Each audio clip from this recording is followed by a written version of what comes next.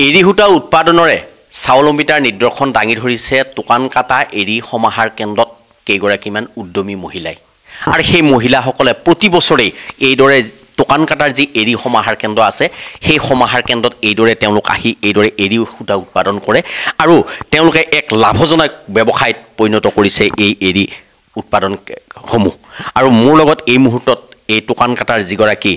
অধীক্ষক আছে ফেৰগাঁও মহকুমাৰ যিগৰাকী অধীক্ষক আছে তেওঁ তত্ত্বাৱধানতে আচলতে এই এৰী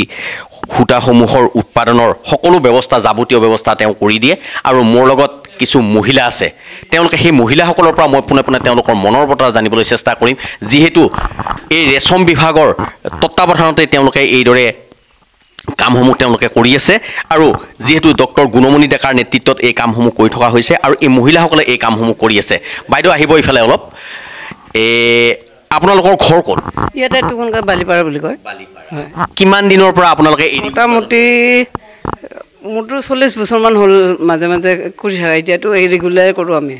হয় পাত নাপালে এৰি দিওঁ আৰু হয় আপোনালোকে ইয়াতে কিমান এৰী হেৰি আনিছিলে এই ফাৰ্ষ্টতে 100 গ্ৰাম আনিলোঁ সেইটো শেষ হ'ল হৈ পেলাই এতিয়া ইয়াত আছে 200 গ্ৰাম 25 গ্ৰাম 225 গ্ৰাম 225 গ্ৰাম যি বীজ সেই বীজৰ দাম কিমান দামটো এতিয়া আমি ক'ব নোৱাৰোঁ বীজটো কোনে দিছে আপোনালোকক এই যিয়ে হেৰি কৰিছে সিয়ে দিছে আৰু মালিকে দিছে হয় আপোনালোকৰ ইয়াতে কিমানমান টকা উঠিব এতিয়া যোৱা 100 গ্ৰামত আমাৰ 32,000 পাইছোঁ 200 দিলোঁ 200 গ্ৰামত কিমান পাব এবাৰ 30 হ'লে ফালে 30 এই সেইটো ঘৰত থাকাই দিয়ে হৈ যাব আপোনালোকে এৰী যিটো আপোনাৰ লেটা সেই লেটাটো যিটো লেটা এটা যে ওলাই সেইটো কিমান টকাত বিক্ৰী কৰে কেজি হেৰি 200 টকা 400 টকা হয় সেইটো আৰু এই লেটাটো হেৰি 1000কে দিছে কেজি 1000 হয় আপোনালোকে কিমান বছৰ ধৰি কৰা বুলি ক'লে এইটো 40 বছৰ মানে হ'ল কৰি কেইগৰাকী মহিলাই কৰিছে এনে আমি ঘৰত আগতে 2 গৰাকী কৰি আছিলোঁ এতিয়া ইয়াত সময় যোৱাকৈ কৰা 4জন লৈছোঁ আৰু এইটো ইয়াৰে যি অফিচৰ মানুহবিলাকে আপোনালোকক কিদৰে সহায় কৰে কিদৰে মানে এতিয়া যোন আমাৰ ওপৰত মালিক আছে মালিকহাতে যিকোনো যোগাৰবিলাক আনি দিছে ক'ত আছে দিহা দিছে দিহা পৰা সহায় কৰে কৰে তেওঁলোকৰ কাৰণে হৈছে আৰু হয় তেওঁলোকে যদি হেৰি কৰি নিদিলে আমি ক'ত পালোঁ হয় আপোনালোকক সহায় কৰে কৰে হয় মোৰ লগত ইয়াৰ অধীক্ষক যি ফেৰগাঁও মহকুমাৰ অধীক্ষকগৰাকী আছে তেওঁৰ পৰা মই পোনে পোনে জানিবলৈ চেষ্টা কৰিম যিহেতু তেওঁ এই সকলো আচলতে মুগা পালনৰ পৰা আৰম্ভ কৰি এৰী পালনলৈকে যিসকল মহিলা আছে সেই মহিলাসকলক একচুৱেলি তেওঁ অনুপ্ৰেৰণা যোগাই তেওঁ বিভিন্ন ক্ষেত্ৰত তেওঁ সহায় সহযোগিতা আগবঢ়ায় আৰু এই সম্পূৰ্ণ এই ৰেশম বিভাগৰ এই যিটো উদ্যোগটো আগবঢ়াই নিবলৈ এক প্ৰয়াস কৰিছে তেওঁ কি ক'ব আপোনাৰ নেতৃত্বতে এই মহিলাসকলে কাম কৰি আছে হয় হয় মই অহাৰ পিছতে এই আমাৰ ফাৰ্মখনত দেখিলোঁ যে আমাৰ অজস্ৰ পাত এৰী মুগা দুটা গছো আছে ভৰ্তি হৈ আছে আমাৰ 60 বিঘা গছত গছ গছনি ভৰ্তি হৈ আছে এৰী আৰু মুগাৰ গছ মানে কেচেৰু আৰু চুম গছ মই দেখিলোঁ যে ইয়াৰ আমাৰতো লেবাৰ কম আছে আমাৰ 2জন লেবাৰ আছে আৰু এজন SD আছে বা এছিষ্টেণ্ট মেনেজাৰ আছে তেনেকৈ 4জন মানুহ ডিপাৰ্টমেণ্টত সেইকাৰণে এই কামখিনি কৰাত অসুবিধা হয় সেয়ে আমি গভৰ্ণমেণ্টকো কৈছোঁ যে আমাক মানুহ দিব এবাৰ অলৰেডি আমাৰ নতুন চৰকাৰে কথাও পাতিছে মানে মানুহ দিয়াৰ কাৰণে আৰু সেয়েহে মই ভাবিলোঁ যে আমাৰ ইয়াৰ যিখিনি লোকেল আনএমপ্লয়ড 3টা মানুহ আছে বা মহিলা আছে বা পুৰুষ আছে তেওঁলোকক জনাওঁ যে আপোনালোকে কৰক এনেকৈ কৰি আপোনালোকে আমাক ৰেভিনিউটো দিয়ক যিটো ৰেভিনিউৰ দ্বাৰা যাতে আমি গভৰ্ণমেণ্টক আমাৰ এই ফাৰ্মখনৰ এটা নিৰ্ধাৰণ কৰা আছে 50,000 টকা দিব লাগে ৰেভিনিউ সেইটো যাতে আমি দিব পাৰোঁ সেয়ে তেওঁলোকে এই দুটা বেটছ ছেকেণ্ড বেটছ হ'ল আগৰ বেটছত ক'লে যে 32,000 টকা পালে সেই 32,000 পৰা আমি 3200 পাম আৰু এইবাৰ যদি 1 লাখ পায় আমি 10,000 পাম সেইখিনি টকা আমি গভৰ্ণমেণ্টক ৰেভিনিউ হিচাপে দিব পাৰোঁ সেইটো কাৰণে এই যাতে আৰু ফাৰ্মখনৰ এটা ডেকুৰাম হৈ থাকে যে ধুনীয়াকৈ ৰিয়েৰিং চলি আছে কাৰণ চেৰিকালচাৰ বুলি ক'লে যদি তাত ৰিয়েৰিংটো চলি থাকে তেতিয়াহে চেৰিকালচাৰ বুলি ভবা যায় গছখিনি থাকিলে যে চেৰিকালচাৰ হয় সেইটো নহয় সেইকাৰণে মই এই পদক্ষেপটো লৈছোঁ আৰু লগতে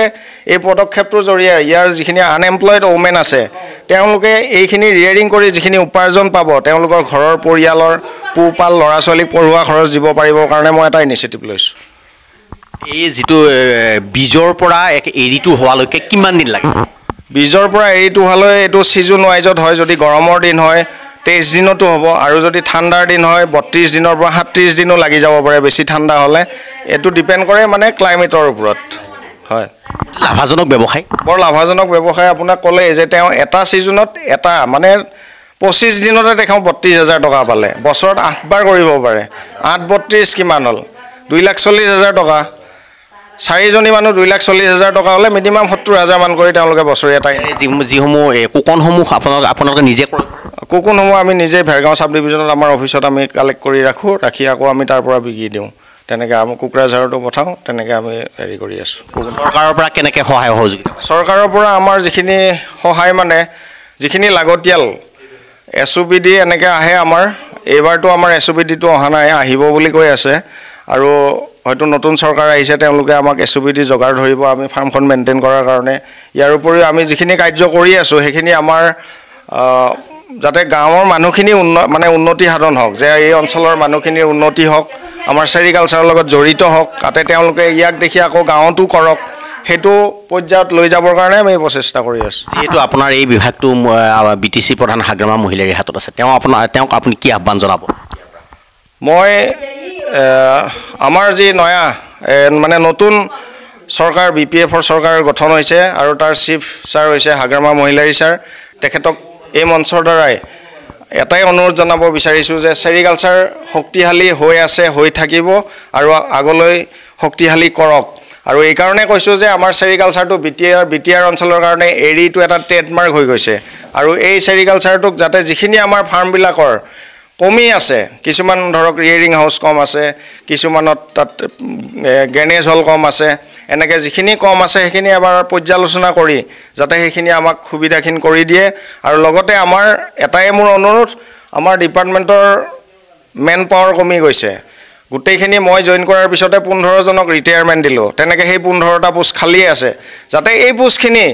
আমাৰ নতুন চৰকাৰ BPF চৰকাৰ হাগ্ৰামা মহিলাৰ ছাৰে ইনিচিয়েটিভ লৈ আমাক এই মানুহখিনি দিয়ে তেতিয়াহ'লে আমি নথৈ আনন্দিত হ'ম আৰু ডিপাৰ্টমেণ্টটো আমি সুকলভাৱে চলাব পাৰিম বুলি আশা কৰিছোঁ মই কেমেৰা সহযোগ দেখুৱাবলৈ নিজে সুন্দৰকৈ আচলতে তেওঁলোকে বস্তা কৰি যিসমূহ এৰি আচলতে পকিবলৈ আৰম্ভ কৰিছে যে পলুসমূহ সেই পকা পলুসমূহক এইদৰে আচলতে এৰিলৈ ৰূপান্তৰ হ'বলৈ সিহঁতে বাঁহ সাজিব এইদৰে আচলতে সুন্দৰকৈ এইদৰে আচলতে এক নতুন পদ্ধতিৰে তেওঁলোকে এই বাঁহসমূহ সজা পৰিলক্ষিত হৈছে আৰু এইদৰে আচলতে ওদালগুৰিৰ যি ভেৰগাঁও চাব ডিভিজনৰ যি ৰেচম বিভাগ আছে সেই ৰেচম বিভাগে এইদৰে আচলতে এক বিশেষ পদক্ষেপ গ্ৰহণ কৰা পৰিলক্ষিত হৈছে যিসমূহ মহিলা গাঁৱত আছে সেই মহিলাসমূহক তেওঁলোকক মাতি আনি এইদৰে আচলতে এৰি পালনেৰে এক স্বাৱলম্বিতাৰ পথ বাছি ল'বলৈ তেওঁ এক অনুপ্ৰেৰণা যোগোৱা পৰিলক্ষিত হৈছে আপুনি বিচৰা বাতৰি পাব কেৱল নিউজ 18 এপত নিউজ 18 এপ ডাউনলোড কৰিবলৈ স্ক্যান কৰক এই QR কোড গুগল প্লে ষ্টৰতো পাব এই নিউজ 18 এপ